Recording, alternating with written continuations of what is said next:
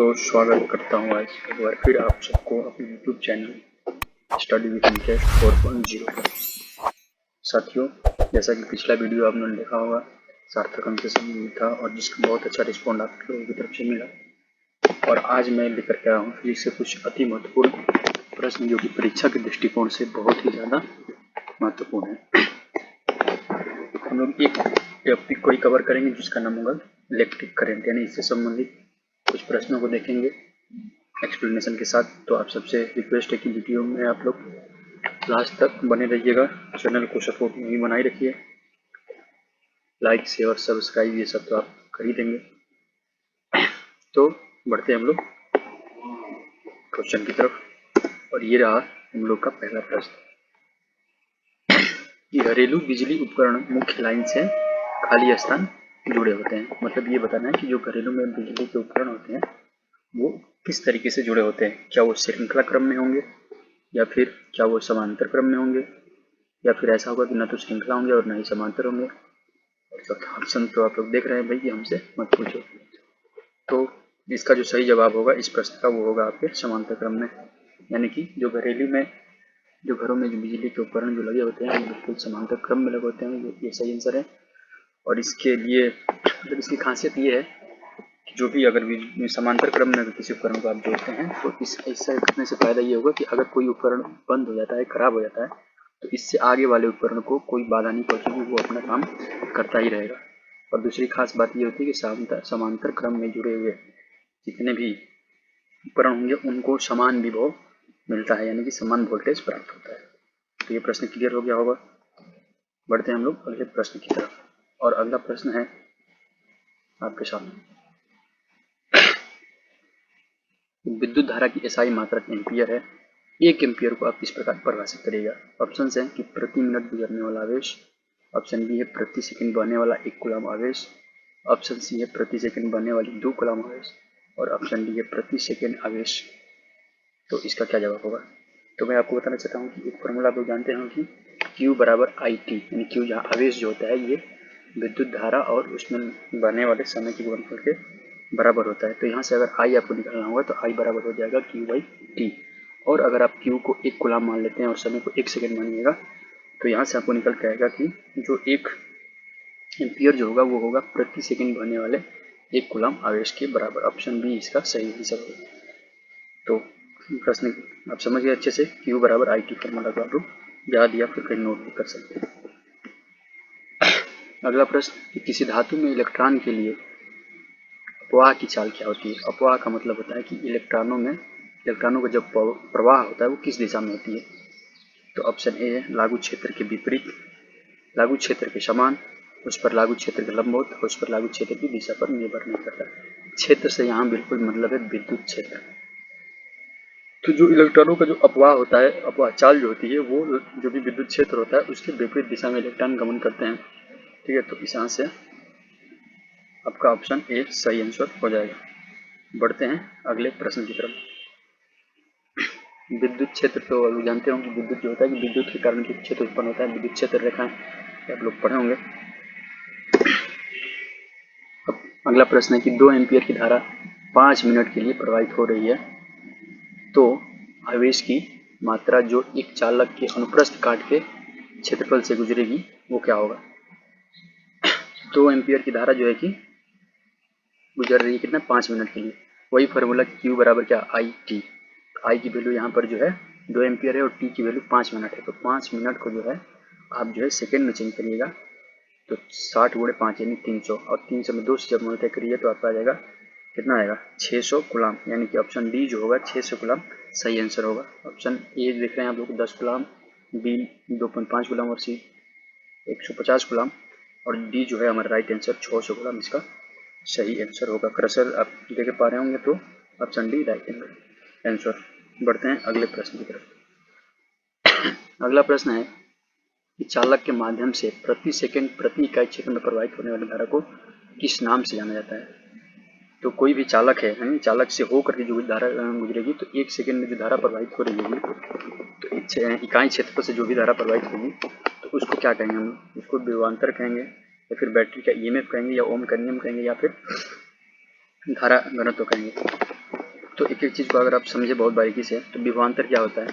तो विभवांतर होता है दो विभवों के बीच का अंतर, और इसका मात्रक वोल्ट होता है। और ईएमएफ जो होता है कि अगर कोई बैटरी धारा से परिपथ से नहीं जुड़ी हुई है तो उसके अंदर की जो क्षमता होगी उसको ईएमएफ बोलेंगे। और ईएमएफ अगर कोई बैटरी धारा से जुड़ जाएगी तो ईएमएफ जो होता है वो विभव में चेंज हो जाएगा। ओम का नियम जो होता है V बराबर IR, यानी कि विभव जो होता है धारा के समानुपाती होती है, और वहाँ पे R जो होता है समानुपाती के नियतांक के रूप में कार्य करता है, और R को हम लोग प्रतिरोध करते हैं जिसका मात्रक ओम होता है। तो ऑप्शन डी जो होगा इसका सही आंसर होगा, ये होगा धारा घनत्व, है ना, करंट डेंसिटी के नाम से जाना जाएगा इसको, और इकाई क्षेत्र में प्रवाहित होने वाली धारा को धारा घनत्व के नाम से जाना जाता है। ऑप्शन डी इस प्रश्न का सही आंसर है। ठीक है, अगले प्रश्न की तरफ बढ़ते हैं। अगला प्रश्न है कि विद्युत बल्ब में ग्लास बल्ब को किस लिए सील कर दिया जाता हो?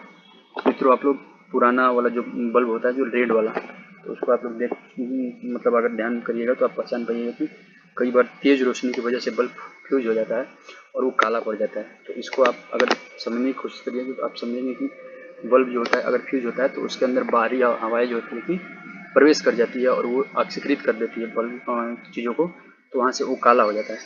तो क्या होता है कि तंतु को आक्सीकरण से बचाने के लिए भी उस बल्ब के ग्लास को सील कर दिया जाता है। ऑप्शन बी जो होगा कि तापमान जो होगा अंदर वो बनाए रखने इसका भी प्रयोग किया जाता है। ठीक है, और आर्द्रता के प्रभाव को रोकने के लिए भी उसके ग्लास को सील कर दिया जाता है। इस प्रकार से हमारा सही आंसर जो होगा ये ऊपर के सभी यहाँ पे सही आंसर इंक्लूड होंगे। प्रश्न आप लोग अच्छे समझ होंगे। बढ़ते हम लोग अगले क्वेश्चन की तरफ, और अगला क्वेश्चन है साबुन के बुलबुले को आवेशित करने पर उसका आकार क्या होगा? तो कम हो जाएगा क्या बढ़ जाएगा, या फिर वही रहता है, या कुछ कहा नहीं जा सकता है। तो भाई जब साबुन के बुलबुले को आवेशित करिएगा तो जो भी आवेश दिया जाएगा तो वो आवेश जो होगा प्रभाव में आकर के बाहरी परत पर चला जाता है। ठीक है, मैंने बुलबुले के ऊपरी पृष्ठ पर वो एक समान रूप से वितरित हो जाता है, और इसकी वजह से क्या होता है कि बुलबुला बाहर की तरफ फैलता है, और इस तरीके से उसका आकार क्या हो जाएगा? बढ़ जाएगा। तो इसका जो सही आंसर होगा वो होगा आपका बी ऑप्शन, यानी बढ़ता है। अगर आप साबुन के बुलबुले को आवेशित करिएगा तो उसका आकार बढ़ जाएगा। ठीक है, बढ़ते हैं अगले प्रश्न की तरफ। विद्युत आवेश के गुणों के बारे में निम्नलिखित में कौन सा कथन गलत है? तो गलत कथन को आपको पहचानना है। आवेश संरक्षित रहेगा, ऑप्शन ए। ऑप्शन बी समान आवेश एक दूसरे को आकर्षित करेंगे। ऑप्शन सी है आवेश योगात्मक है, और ऑप्शन डी क्या है? आवेश क्वांटमीकृत होते हैं। तो एक एक चीज को हम लोग समझते हैं कि क्या आवेश संरक्षित होते हैं? तो बिल्कुल भी आवेश संरक्षित होते हैं, और आवेश संरक्षण सिद्धांत भी होता है कि आवेश को न तो उत्पन्न किया जा सकता है और न ही नष्ट किया जा सकता है। ये आवेश संरक्षक का सिद्धांत, यानी कि आवेश जो होते हैं, जो कोई भी चालक होगा उसमें समान मात्रा में उपस्थित रहते हैं। जितनी मात्रा में प्लस आवेश रहेंगे उतने ही मात्रा में आपके ऋण आवेश भी रहेंगे। तो ये तो बिल्कुल सही क्वेश्चन है, सही मतलब ऑप्शन है। ऑप्शन बी है कि समान आवेश एक दूसरे को आकर्षित करते हैं।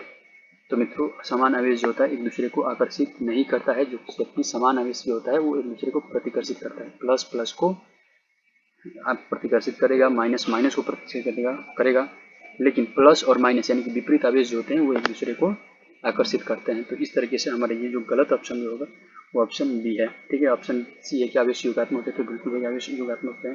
आवेश क्वांटमीकृत होता है, तो ये भी हाँ आवेशों का क्वांटमीकरण संभव है। क्वांटमीकरण का मतलब होता है ग्रुपिंग या पैकेजिंग।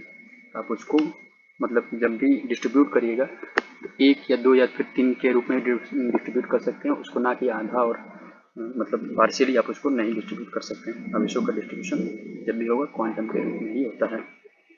तो इस प्रश्न का सही जवाब हो गया आपका ऑप्शन बी। बढ़ते हैं अगले प्रश्न की तरफ।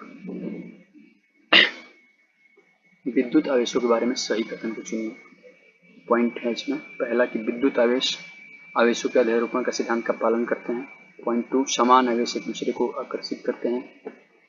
ऑप्शन पॉइंट 3 समान आवेश एक दूसरे को आकर्षित करते हैं, असमान आवेश एक दूसरे को आकर्षित करते हैं। ऑप्शन ए है कि पहला और दूसरा सत्य है। ऑप्शन बी पहला और तीसरा सत्य है। ऑप्शन सी केवल दूसरा सत्य है और तीसरा, तो केवल दूसरा और तीसरा सत्य है। और ऑप्शन बी जो है वो कह रहा है कि सभी सत्य है। तो इस प्रश्न का जो सही आंसर होगा वो होगा, देखिए पॉइंट की तरफ देखते हैं कि विद्युत आवेशों के अध्यारोपण का सिद्धांत पालन करता है, तो बिल्कुल करता है। दूसरा ऑप्शन है कि समान आवेश एक दूसरे को आकर्षित करते हैं, तो नहीं, समान आवेश एक दूसरे को प्रतिकर्षित करते हैं। तो इस तरह से ये हमारे सही प्रश्न में नहीं इंक्लूड होगा। और समान आवेश एक दूसरे को आकर्षित करते हैं क्या? तो हाँ करते हैं। तो 1 और 3 जो होगा वो हमारा सही उत्तर होगा। कौन सा है ऑप्शन 1 और 3? ऑप्शन बी जो है 1 और 3 को बतला रहा है, तो यानी कि ऑप्शन बी जो होगा हमारा सही आंसर के रूप में काउंट किया जाएगा। क्लियर है? बढ़ते हैं अगले प्रश्न की तरफ। निम्न में कौन सा सिद्धांत बहुल आवेशों के बीच पारस्परिक विद्युत बलों को दर्शाता है? यानी 2 या 2 से ज़्यादा अगर आवेश होंगे तो उसके बीच जो बल लगेगा उसको कौन से नियम के द्वारा निकाला जाएगा या फिर पता किया जा सकता है? तो उसके लिए जो ऑप्शन है कूलाम का नियम है, ये कूलाम का सिद्धांत बोलते हैं, फैराडे का सिद्धांत, पास्कल का नियम और चार्ल्स का सिद्धांत। प्यारे मित्रों, पहला ऑप्शन जो है कूलाम का नियम। तो कूलाम ने 2 आवेशों के बारे में जो नियम दिया था वो ये बताता है कि 2 आवेशों के बीच लगने वाले बल की प्रवृत्ति क्या होती है और वो बल की मात्रा क्या होती है। उसका जो उनका नियम था कि एफ यानी कि जो बल लगेगा वो समानुपाती होता है दोनों आवेशों के गुणनफल के तथा उनके बीच की दूरी के वर्ग के व्युत्क्रमानुपाती होता है। मैं एक बार फिर से नियम को रिपीट कर रहा हूँ। कूलाम का नियम जो है कि 2 आवेशों के बीच लगने वाला बल उन आवेशों के गुणनफल के समानुपाती तथा उसके बीच के दूरी के वर्ग के व्युत्क्रमानुपाती होता है। यहाँ से फॉर्मूला निकलता है कि 1 बराबर 1/4 pi epsilon not Q1 Q2 बटा में R स्क्वायर। तो इस सिद्धांत से हमें 2 आवेशों के बीच लगने वाले बल का पता लग जाता है। तो सही ऑप्शन तो ये हो गया, ऑप्शन ए ही सही होगा इस प्रश्न का। फैराडे का नियम है, उसके बाद है पास्कल का नियम जो कि दाब से संबंधित है, उसके अलावा है चार्ल्स का सिद्धांत। तो सही प्रश्न इस प्रश्न का सही उत्तर होगा कूलाम का नियम। ठीक है, हम लोग बढ़ते हैं अगले टॉपिक की तरफ और ये हो गया स्लाइड का अंत।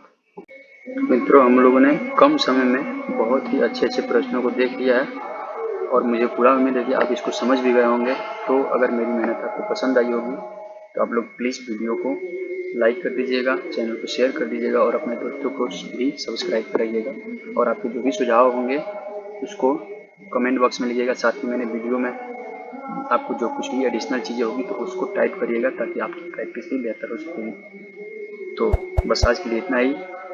चैनल स्टडी विद इंटरेस्ट 4.0 को आप लोग सब्सक्राइब कर लीजिएगा। आज के लिए इतना ही, धन्यवाद।